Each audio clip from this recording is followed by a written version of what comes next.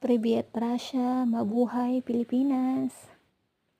Nandito ako ngayon sa Clark Airport at ako ay magbibiyahe papuntang Russia. Siyempre, baka tanungin niyo kung ano yung gagawin ko doon. Andun kasi yung asawa ko. So after 1 year, makakabalik ulit ako ng Russia.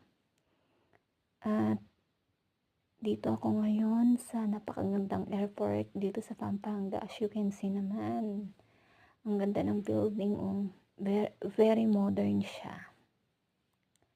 Yan, ganda niya, at napakalinis pa talaga. Yan, pupunta ako ngayon sa aking boarding